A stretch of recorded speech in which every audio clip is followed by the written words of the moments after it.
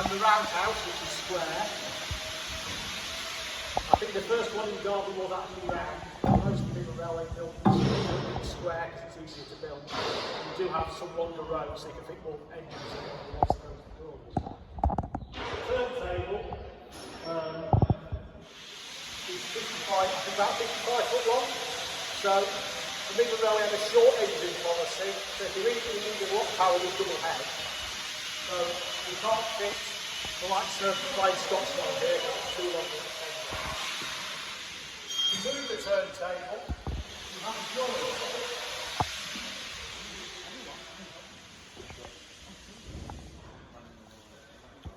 You can put some bars out on both corners and literally push it round. It's very heavy. I wouldn't recommend it. You can do it.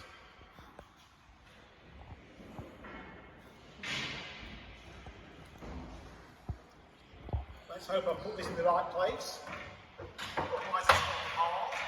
It's coal mining system, so the turntable isn't exactly level anymore. So some places, yeah, I found the hard bit. You can wind it round manually. Actually, I'll go that way, it'll be easier. I'll go downhill. So you can wind it. Yeah, I found a high spot as well there.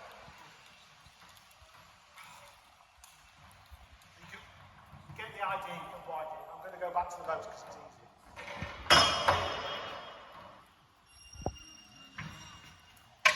So the easier way is on the motor. Now, it's freewheeling. There's no, if I let go, it'll just keep on moving. So to actually line it up,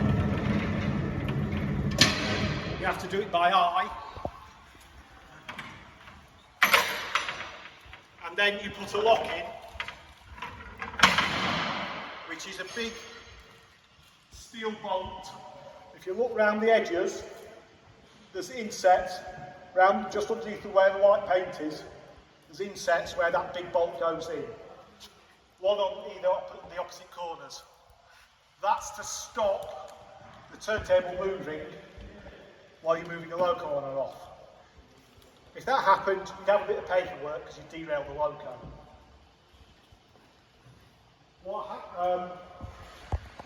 We have actually found a photograph of a Class 47 in the 1970s.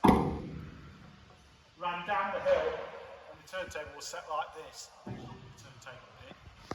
It took them quite a few days to get the loco back out because you couldn't get the crane to lift it up to the roof. So literally had to jack and pack it. And then get the loco to drag it back off. And then mend it. After they've done all the paperwork. Lots of paperwork, and I don't like paperwork. So, yeah, that's it. What I'll do now is do a full spin if there's any questions.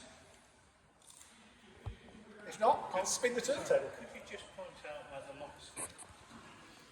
So, do you see where the white paint finishes? Yes. And then At the bottom there's some cast iron bits. Oh, I got you. So where little slots like castellated. Yeah. So there's a big bolt, square bolt that literally these two levers just push the bolt in. It also there's a relay, there's a switch on it to stop you trying to widen the motor against the an immovable object. Cool. Thank you.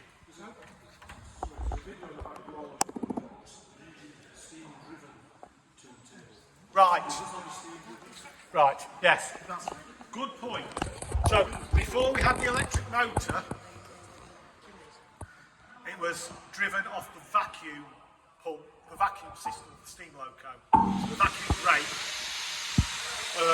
was plugged in, was put by a flexible hose to a vacuum pump on here, vacuum motor, and that would drive the turntable round.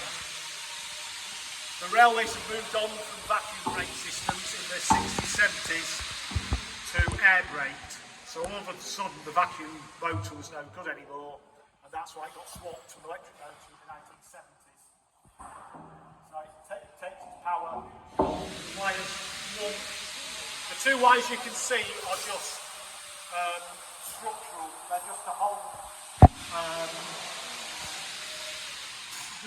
the that little centre housing, which has got some electrical contacts in it. And the white, you can actually see the wire running down underneath there, and then the power comes from there down. So you're not getting a wire twisting.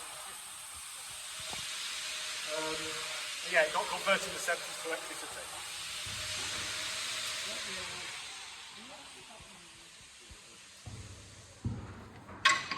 Right, I'm now going to try to not get dizzy.